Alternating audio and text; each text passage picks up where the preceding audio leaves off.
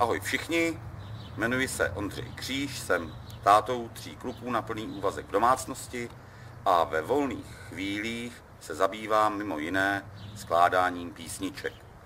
Takto jsem na přání mé ženy, která učí děti v základní umělecké škole Hrušovany nad Jevišovkou hrát na akordeon, klavír nebo klávesové nástroje, složil 16 drobných skladeb, písniček zaranžovaných právě pro klavír, eventuálně kytaru a zpěv.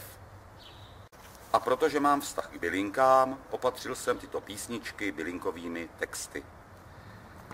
S vaší pomocí je chci vydat knižně ve formě zpěvníku a udělat tak radost vám i vašim dětem, paním učitelkám na základních nebo uměleckých školách a vůbec všem, kdo mají rádi muziku.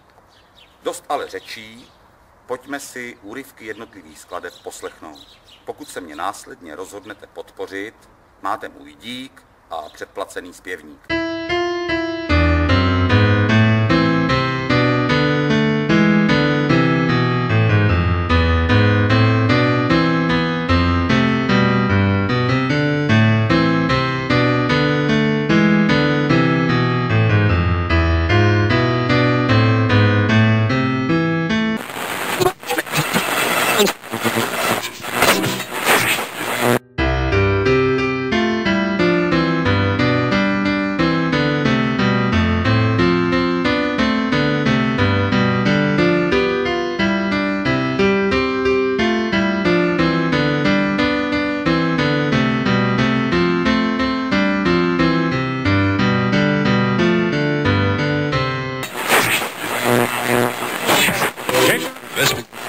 Hungry.